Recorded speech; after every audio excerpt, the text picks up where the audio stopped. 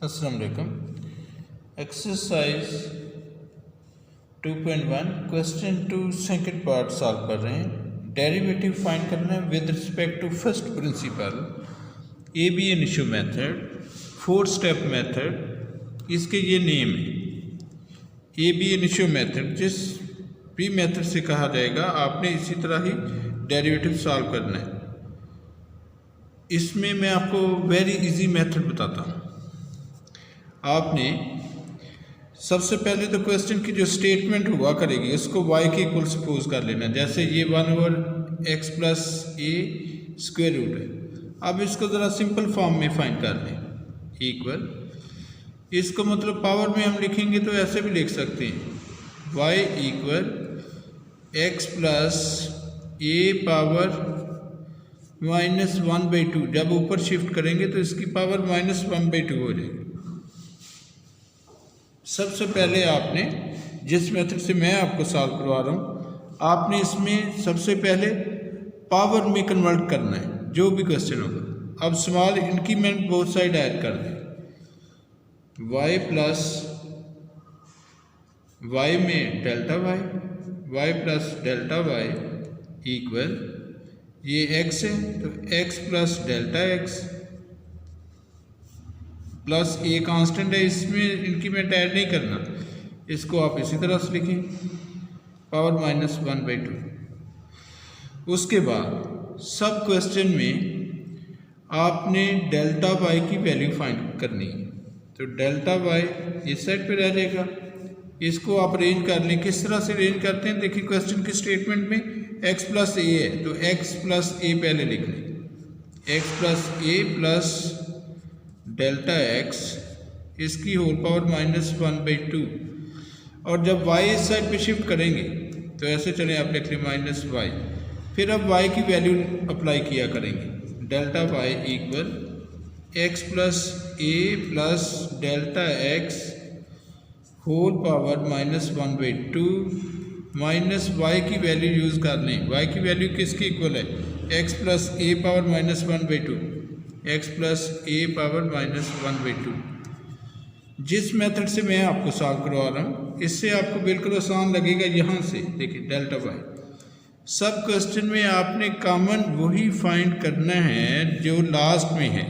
देखिए लास्ट में क्या आ रहा है x प्लस ए, तो आप यहाँ से x plus a common find करेंगे। ये जो है जब x plus a common find करेंगे इससे तो इस पर पावर वही आएगी जो ब्रैकेट की होल पावर है -1/2।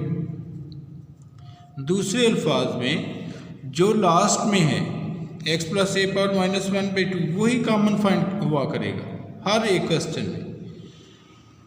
तो इस प्लेस पे 1 रह जाएगा क्योंकि x प्लस ए आपने कॉमन फाइंड किया, प्लस उसके बाद delta x divided by x plus a क्योंकि आपने x plus a common find किया है और इसकी होल पावर जो है वो -1/2 है। माइनस ये टर्म पहले से है x प्लस ए पावर -1/2। आपने सिर्फ इधर से कॉमन फाइंड किया था, ये टर्म तो इधर साथ में है x प्लस ए पावर -1/2। इस तरह से आपने कॉमन फाइंड किया। इसके बाद सब क्वेश्चन में आपने बायनॉमियल सीरीज अप्लाई कर देनी है। उसका जहाँ पे वेरी इजी मैं आपको मेथड बताता हूँ। ये देखिए बायनॉमियल सीरीज में 1 प्लस nx होता है, उसके बाद नेक्स्ट भी टर्म्स होती हैं, लेकिन यहाँ पे हम सिर्फ ये nx तक ही सॉल्व करेंगे। मतलब 1 प्लस पावर को इस टर्म से मल्टीप्लाई किया करेंगे हर एक क्वेश्चन में।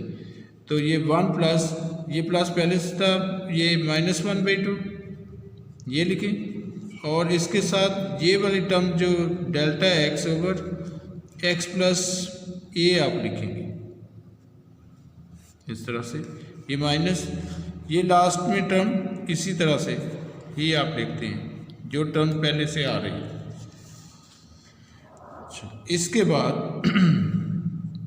यहाँ पे साथ में आप हिंट देंगे क्योंकि आपने सिर्फ सेकंड टर्म तक सॉल्व किया है। क्यों सेकंड टर्म तक सॉल्व किया है?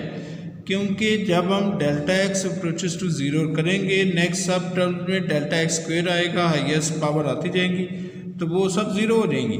तो इसलिए आप साथ में यहाँ पे लिख देते हैं नेग्लेक्टिंग, ये आप साथ में लिख रहे हैं neglecting delta x square and higher powers of delta x square and higher powers of delta x, ये आपने सब क्वेश्चन में ये साथ में देना है। मतलब आपने सिर्फ 1 + nx तक लिखा है। अब उसके बाद नेक्स्ट टर्म्स हमने डिलीट कर दी हैं, नहीं लिखी। क्यों नहीं लिखी? क्योंकि वो ज़ीरो हो जाएंगे। अब देखिए सब क्वेश्चन का मेथड एक जैसा है, ये टर्म वही आया करेगी जो इधर है, इस यहाँ पे 1 आया करेगा हर एक क्वेश्चन। अब आपने इसको मल्टीप्लाई करवा देना है, इसको इसके साथ delta y equal x plus a power -1/2 के 1 के साथ मल्टीप्लाई करेंगे तो ज़ाहिर है यही आएगा x प्लस ए पावर -1/2। जब इसको इस टर्म के साथ मल्टीप्लाई करेंगे तो यहाँ पे -1/2 है, डेल्टा x भी है पहले से और x प्लस ए भी है पहले से आ रहा है। इस टर्म को जब मल्टीप्लाई करेंगे तो साथ में लिख देंगे ना x प्लस ए पावर -1/2। इसको इसके साथ मल्टीप्लाई किया है इस ब्रैकेट के साथ, इसके साथ तो ये नहीं मल्टीप्लाई नहीं हो रहा, तो इसलिए ये ऐसे ही आएगा, ये टर्म ऐसे ही आएगी। अच्छा, जिस मेथड से मैं आपको सॉल्व करवा रहा हूँ इसमें बिल्कुल आसान हो जाएगा। इस तरह से साथ साथ आपको कंफर्म होगा सब क्वेश्चन में ये लास्ट टर्म और फर्स्ट टर्म कैंसिल हो जाया करेगा। अगर कैंसिल नहीं होगी तो आप समझिएगा कहीं से कोई प्रोसेस गलत कर लिया है, प्लस माइनस में कोई गलती होगी। अब ये आपने सिंपल फॉर्म में फाइंड कर लिया।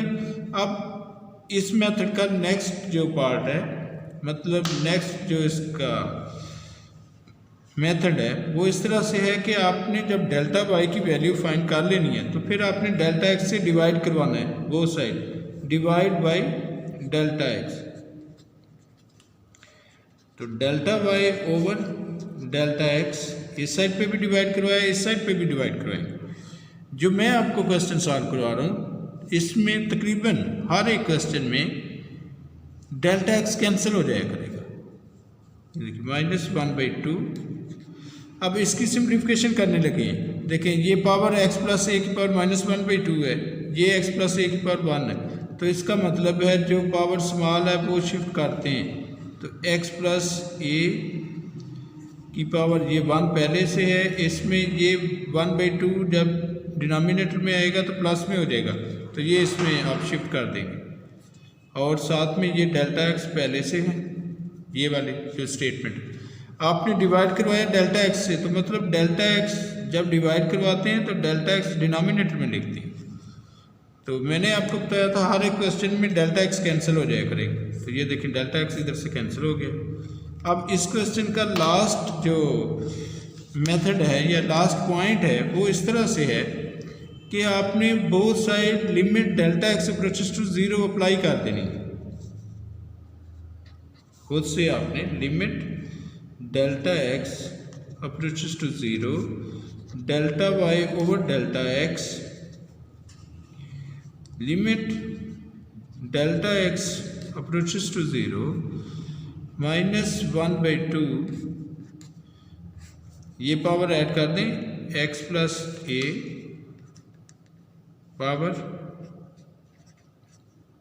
3/2। जब delta y over delta x होता है और limit delta x approaches to 0 होते हैं, ये लिमिट फिनिश हो जाती है, ये जो डेल्टा है ये डी में चेंज हो जाती है। डेल्टा जो है ये d y over d x, इस साइड पे डेल्टा एक्स नहीं है, तो ज़ाहिर है यही आंसर फाइंड हो जाएगा, क्योंकि लिमिट तो अपने अप्लाई करनी है। जब इसमें डेल्टा एक्स नहीं है तो सेम यही आंसर इधर से आएगा, -1/2 x प्लस ए पावर 3/2। तो ये आपने इस टाइप से आंसर फाइंड कर दिया। Thank you very much.